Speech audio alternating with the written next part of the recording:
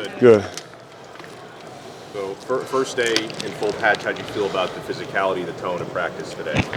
I thought it was all right. We practiced well, particularly early on. We're working on sustaining, getting guys to sustain effort and finish practice throughout the hour and 50 minutes or whatever we are on the grass. We're getting there. We're doing a lot of good things. It's a lot better seeing us in that second year and guys understanding what we're trying to do, how we're trying to do it, the concepts of what we're doing, and being able to think less and play faster. So, truthfully for us, full pads or shells doesn't mean a thing. I mean, I tell the guys all the time, when you go full pads versus shells, all you're doing is putting on tight pants and some knee pads, and you should never be on your knees anyway.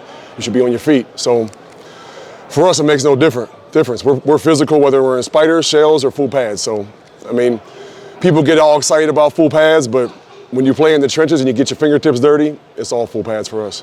Speaking of guys who are in their second year, who have you seen make kind of that jump and going into their second year who were freshmen last year?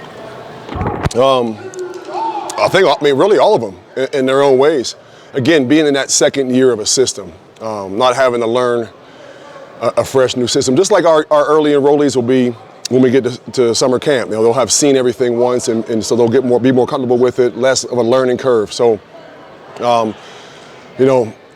guys like Bain has things he has to work on and improve on that he didn't do quite as well last year, regardless of his success last year. He understands he's got a list of things, a self-made list, of things that he's trying to work on and improve on.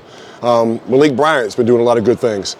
Jaden Wayne, understanding what he needs to do, what it takes to be a pro at I know it sounds crazy, but be a pro in your approach at the college level. Got a lot of guys. We got even guys that are second or third year guys like Ahmad Moten, who's trying every day to find a detailed piece of his craft that he could fix and improve on.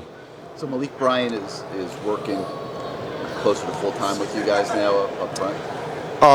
Yeah, Malik's a jack. Yeah, he's a jack, and he's been spending a lot of time with us since I don't even know when. I mean, pretty much since the beginning. So he's doing a good job and trying to learn. And again, the more we can focus on detailing our work and not just showing up to work, it's a big difference. Punching the clock versus being there until the job is done the right way, and until you can't mess it up, it's a big difference. And our guys are learning that. And to their credit, they're getting there. We're not there yet. We got a long way to go, but at least we're on the right path. With Ruben specifically, where have you challenged him to take those next steps? Everywhere. I congratulate him and then insult him. But he's naturally born with an edge. He understands. He appreciates being applauded for his successes, but he's always trying to find something. He's pushing me to hustle to the next drill in the transitions from period to period, so he can start getting more pass rush work or more hand work. Get to spend a lot of time with a couple different guys that aren't on special teams, and we detail a lot of things in those periods, and then you see them carry it over. So with Ruben in particular, it's everything. He's not resting on anything. He's not that kind of guy, and we won't let it happen. And he's a pleasure to coach. He's a pleasure to coach. How much better can a kid like that get when everybody has said they've never seen a freshman like that? How much in the next year could he? That's up to him. How much better can we get? You make the Pro Bowl one year, you got to do more to get back. It's easier. It's easier to get to the mountain than to stay on the mountain, right? Because everyone's chasing you. So he understands he's got to work extra hard, because he's going to get protections, he's going to get slides, he's going to get attention from the other teams. He's not going to sneak up on anybody. So that goes for him or anybody that has success on any football team. You've got to work harder the following year to stay there and be able to not only stay there but improve from where you are. So that's his challenge, and there's no pulling out the stick and trying to hit him in the butt. He's self-motivated, and it's our job to continue to press him on details and improvement, and he'll do that, and so will everybody else in that room. We haven't seen him in the last couple of days. I'm not asking what's wrong, but is he going to be okay? I mean, I'm a D-line coach. I coach the guys on the grass. The head coach will be here in a minute. What's it mean to you on a personal level to work with a talent like that? Obviously, he's just scratching the surface, having played 1 year. For you, just with your background and what you're able to do with him, what's that mean to you to try to develop him? It's my job, number one, but I enjoy coaching him and everybody else in that room because they all bring something different. They're all from different backgrounds, different economic backgrounds, parents from different places. They're all from different places. Ruben's from Miami, Ahmad's from my area up in Fort Lauderdale, and Double H is from New York. We got guys from California. So it's a pleasure to coach them all. They're all different in their own ways, but it's developing those relationships not only through recruiting, but when they get here, that relationship. And there's a reason why I write what I write on my script. This is somebody else's son, so I approach it accordingly. And each of these guys I care about. I love them, but just like Isaiah Taylor, I'll put my foot in their butt when I have to and get after it. A couple of new guys on that line. Veterans. How impactful is that having those guys that have been through it all? It's good. We've had some success in the portal and understand the importance of some of those things, some of those spots, and guys like EA coming in who's been in this system before at Marshall. So again, taking away that learning curve and having a chance to work more on details and understanding second level concepts. He's been good for us. Obviously, CJ's seen a lot of football. Marley's seen a lot of football. Regardless of level of play, Marley's come in here and done a really, really good job. Thomas Gore's done a great job. I know he was here, but he was a transfer from before. CJ's seen a ton of football in the ACC. So having those experienced guys come in, be familiar with learning and the process of learning, being familiar with the rigors of a practice, of a Power 5 or high level football practice.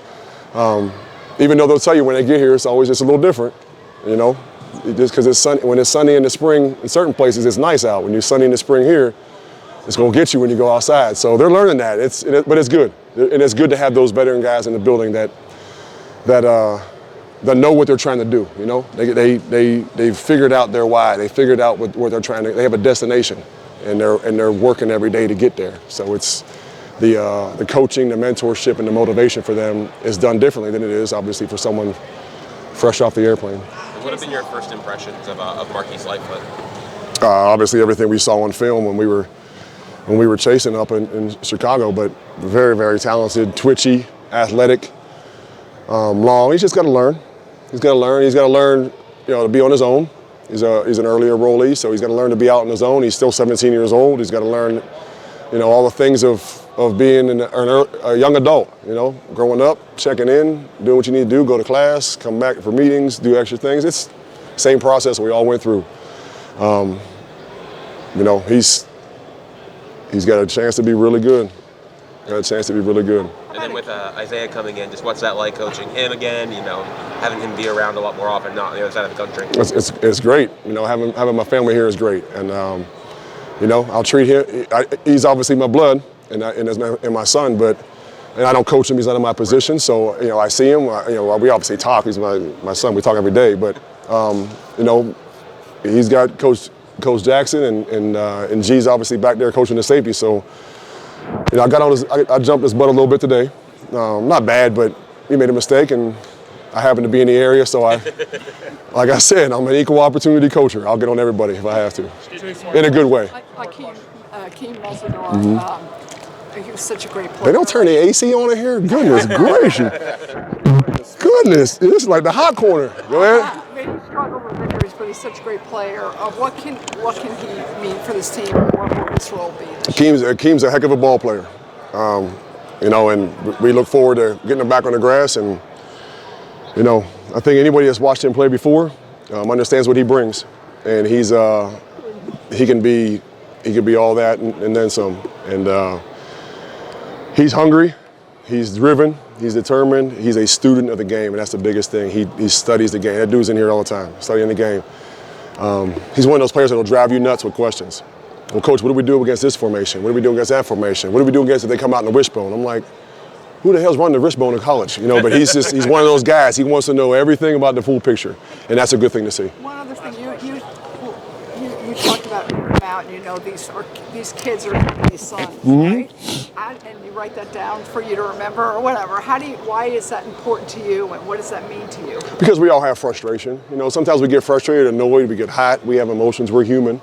I've seen, and everybody has their own style. I've seen coaches that are very quiet and chill during practice. Some guys get very fiery. Some guys yell and use words we don't teach our young ones. Some guys don't. So because we're human, I always think when you start getting frustrated and you feel like you're not getting a point across, number one, you need to be introspective and look at yourself and say, well, how can I teach this better? If I keep saying I keep telling him he's not getting it, well, then it's not his fault, it's our fault. We need to find a different way to get that point across. And then when all else fails and you start to get frustrated or mad and you want to lash out and blame somebody else or go off on somebody, remember that's somebody else's son. How would you want your son treated in that situation? I'd want my son kicked in the derriere at times, but I'd also want him hugged and loved and mentored and shown why and show some patience, but also show that discipline and mentorship too. So that's the genesis behind it. That's cool because it means you're learning too. I mean, as you go. We're all learning every day. Till we kick the bucket, let's all learn something. All right? Thanks, guys. Yep.